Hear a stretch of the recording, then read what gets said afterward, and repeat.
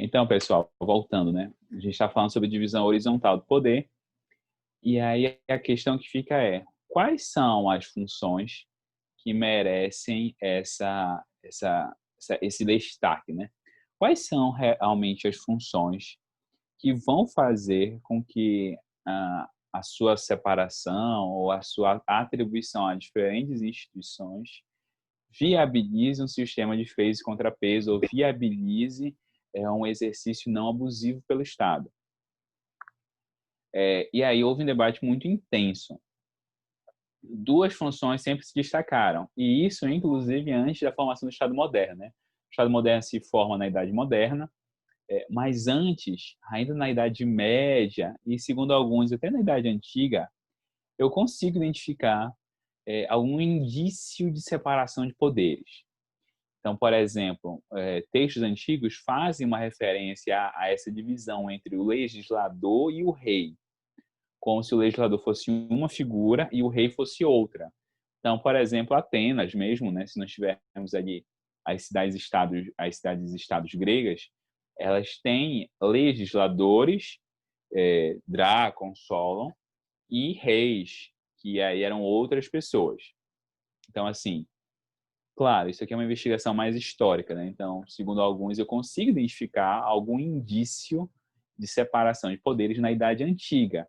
Na Idade Média também. Então, se a gente for pegar, por exemplo, a própria Inglaterra, o parlamento é uma instituição que já está presente desde o final da Idade Média.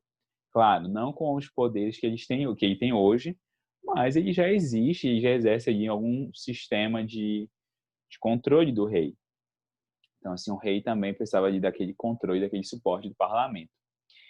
Então, duas funções desde as primeiras versões de um arranjo institucional, Montesquieu, por exemplo, você já consegue destacar que é a função legislativa e a função executiva, que são claramente funções estatais relevantes. O legislativo, por quê?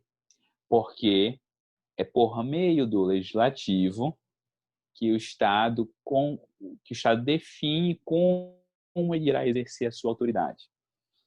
O princípio da legalidade, gente, ele não é um princípio de segunda ordem, não é um princípio de segunda importância. Às vezes a gente trata ele com um certo desdém, como se não tivesse muita coisa relevante a nos dizer, mas a verdade é que o princípio da legalidade, ele é o centro, ele é o coração de um Estado de Direito. Ele é o coração da liberdade individual, da liberdade jurídica. Tá. O que o legislativo faz, então? O legislativo cria leis que restringem a nossa liberdade e que dizem em quais hipóteses o Estado pode exercer a sua autoridade. Em quais hipóteses o Estado pode exercer o seu poder, tá? E quando ele exerce, quando ele legisla, isso em si já é uma atuação restritiva, ele já está criando uma obrigação ou criando uma proibição para a gente. Então, quando o Estado ele exerce a função legislativa, ele tem um potencial de imitar, enfim, imitar, essa é a palavra mesmo, né? A nossa liberdade. Bem, então essa é uma função primordial do Estado e ela precisa ser atribuída a alguém, especificamente, tá? Então, a gente vai destacar essa função, dado esse caráter. Só para a gente ter um exemplo do que isso significa, né? Então, bora pegar um exemplo de um crime. Quando o Estado diz que algo é crime, o Estado está dizendo que aquilo não pode mais ser feito. Então, de repente, o Estado criminaliza, sei lá, jogar bola. A partir de hoje não pode jogar bola. Ele está proibindo eu fazer aquilo, sob pena de eu sofrer uma coerção dele. Ah, professor, um exemplo absurdo. Mais ou menos, né? Então, se a gente for pegar o exemplo, em alguns países onde houve lei seca de não poder consumir bebida alcoólica nunca, esse é um exemplo. Então, o Estado diz, a partir de hoje, todo mundo vai ter que ser abstêmio. Ninguém pode beber mais nada à base de álcool. Uma restrição da liberdade humana com base na autoridade do Estado. Ou exemplo mais próximo, né, talvez, seja o exemplo da tributação. Quando o Estado cria uma lei criando um novo tributo, o Estado está dizendo, eu vou pegar o teu dinheiro daqui. Pá. Esse aqui vai ser um dinheiro que eu vou pegar esse dinheiro para custear os meus serviços e, portanto, eu vou tomar ele à força de ti, se necessário for. Tá? Então, só para a gente ver como o legislativo é uma função do Estado que tem um potencial extremamente restritivo, tá bom? Tá. Aí, então, já que essa é uma função tipicamente estatal, que manifesta a autoridade do Estado, eu vou, então, atribuir a alguém. Primeira função. Segunda função, que também manifesta essa autoridade do Estado, é a função executiva. Enquanto o legislativo ele restringe a nossa liberdade por meio da lei, né? Quando o legislativo cria as leis e acaba, então, tendo essa postura potencialmente invasiva e restritiva, o executivo ele tem esse poder porque ele controla a administração pública. Ele controla o que a gente chama de máquina pública. Ele controla o funcionamento do Estado. O executivo controla os servidores públicos, o executivo controla os bens públicos, o executivo controla uma coisa que é muito importante. O executivo controla os agentes de segurança. Por que isso é importante? Eu li para vocês um trecho de Weber, ainda há pouco, e Weber diz que caracteriza o Estado é essencialmente a capacidade dele de usar violência física contra a gente. Tá. Romeu e juntou vocês, vamos fazer um protesto. A gente vai fazer um protesto um protesto pela liberação da maconha lá na porta do quartel do Exército, lá na porta do quartel-general, quartel-general do Exército, ali na Praça das Bandeiras. O Romeu vai lá, mobiliza vocês se juntam, fecham a rua, tocam fogo no pneu lá na porta do quartel. O que é que o Estado vai fazer? Ele vai tentar conversar com vocês, muito educadamente, mas o Romeu está intransigente e vocês também. O que é que o Estado vai fazer, em última medida? Ele vai usar violência. E acabou. Esse é um poder que o Estado tem. Ele vai usar violência, vai lá, vai tratar vocês com uma leve pressão física moderada sobre vossos corpos, até que vocês decidam ir embora. Essa é uma atribuição que o Estado pode exercer. E quem exerce na prática isso, quem exerce isso no dia a dia, são os agentes de segurança. Esses agentes de segurança são parte da administração pública, que está submetida, claro, ao cumprimento da lei, mas está submetida diretamente à administração pública. Então, gente, e aqui, isso aqui é só um exemplo mais grave, né? O agente do Detran vai guinchar o seu carro. Olha que maravilha. Nunca aconteceu isso comigo, graças a Deus. Mas tem um amigo meu que tem ódio mortal do Detran.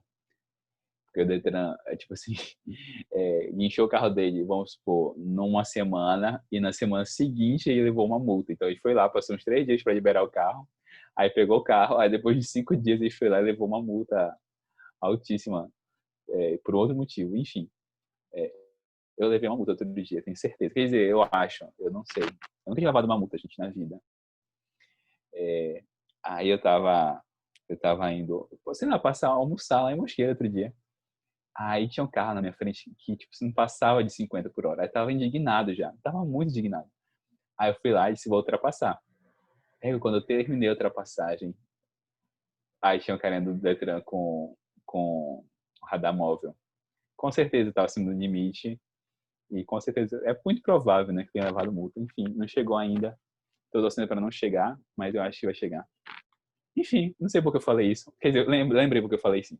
É porque esse carinha lá, o agente do Detran, que está exercendo também autoridade em relação a gente, ele é um agente da administração pública. E também está exercendo controle sobre a nossa conduta.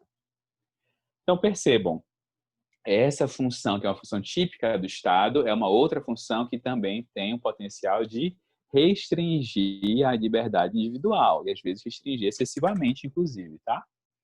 Então, bora lá. Eu entreguei o legislativo para uma instituição, eu vou entregar aqui a administração para outra instituição.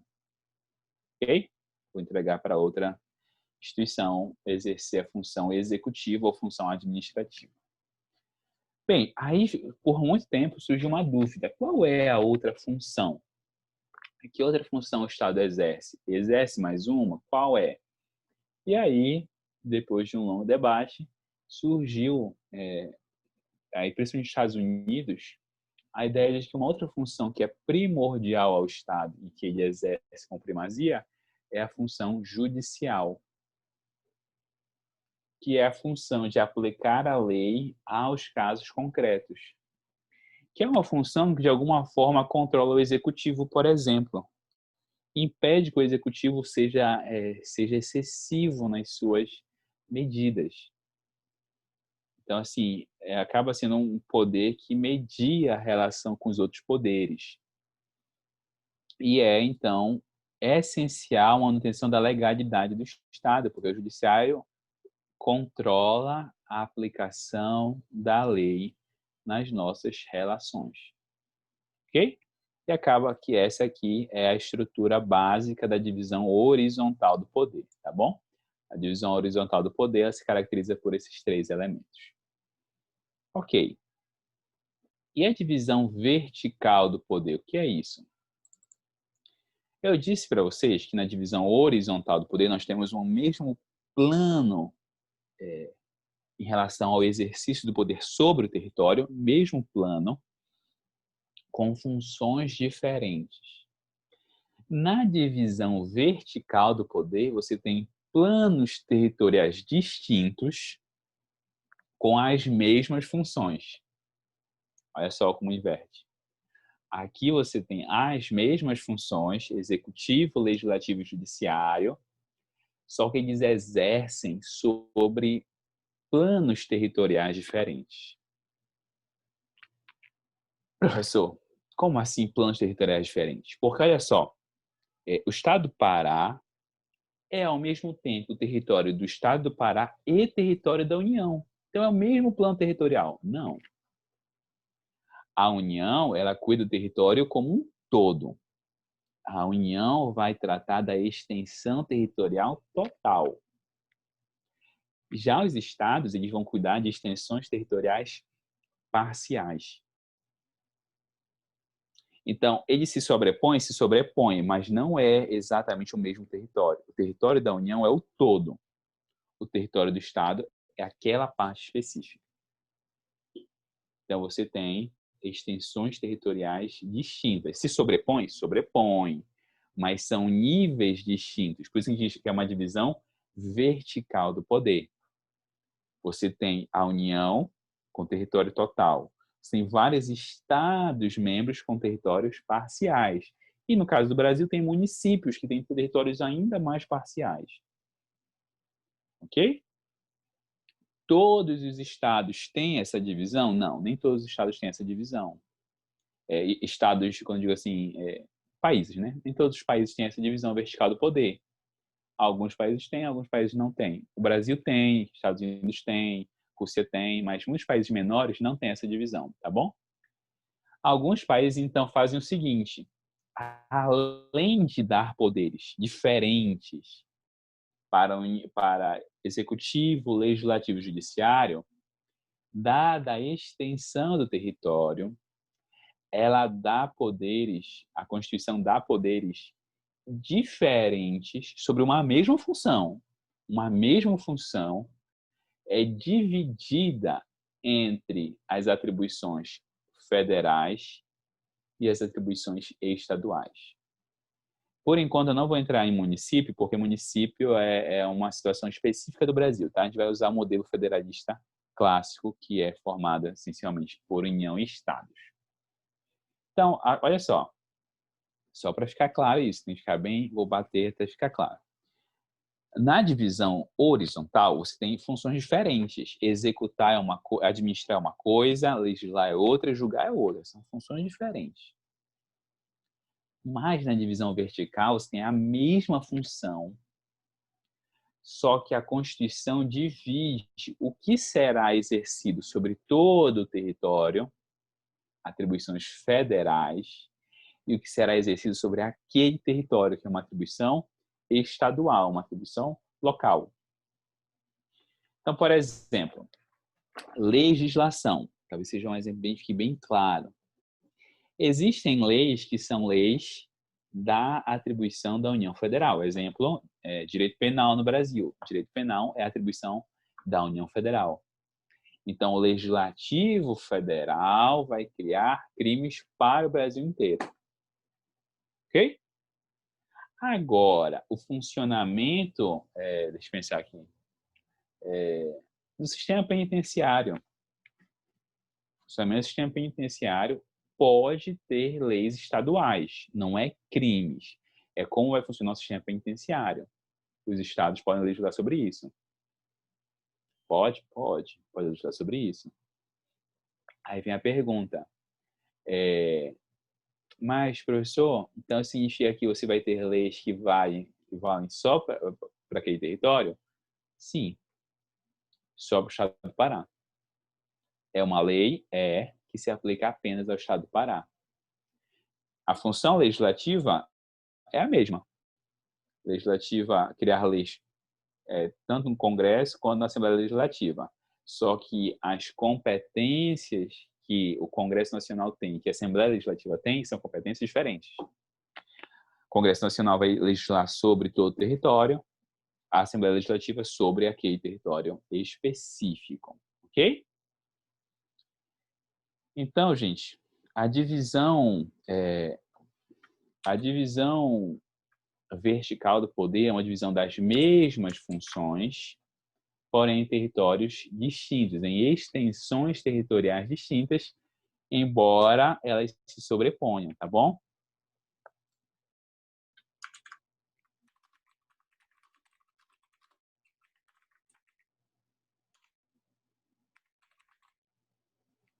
A Constituição, então, ela estabelece atribuições, que aqui a gente já vai incluir o nome técnico, né?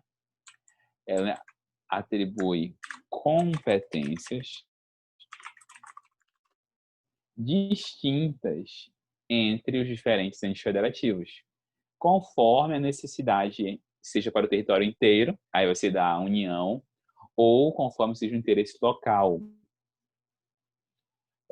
Se for o interesse daquele local, competência dos estados.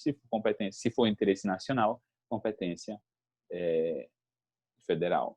Só um exemplo. Emitir moeda. Tá? Emitir moeda, imprimir dinheiro, deixa eu se resumir, imprimir dinheiro. Vocês acham que é uma situação de interesse nacional ou local?